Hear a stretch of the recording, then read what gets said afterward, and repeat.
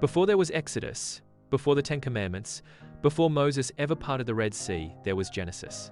The very first book of the Bible lays the foundation of everything: creation, humanity, sin, and God's amazing plan of redemption. God created the heavens and the earth.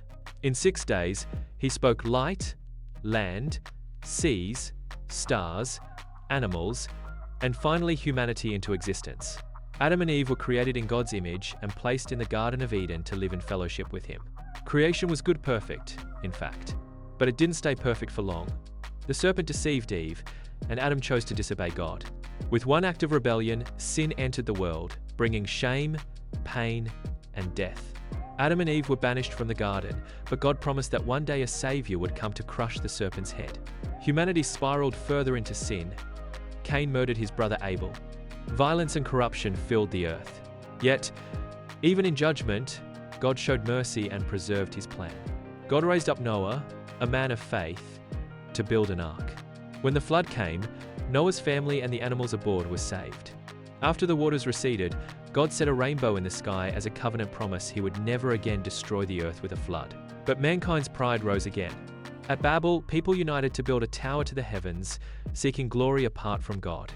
In response, God confused their languages and scattered them across the earth. Then, everything changed.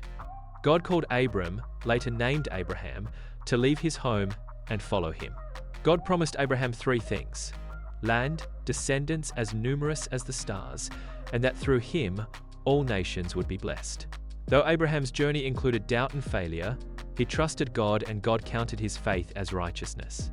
Abraham's son Isaac carried the covenant forward. Isaac's son Jacob, later renamed Israel, had 12 sons. These sons became the fathers of the 12 tribes of Israel.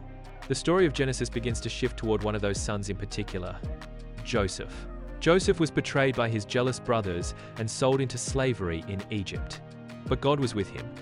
Despite injustice and imprisonment, Joseph rose to power, second only to Pharaoh. When famine struck, Joseph's leadership saved countless lives, including his own family.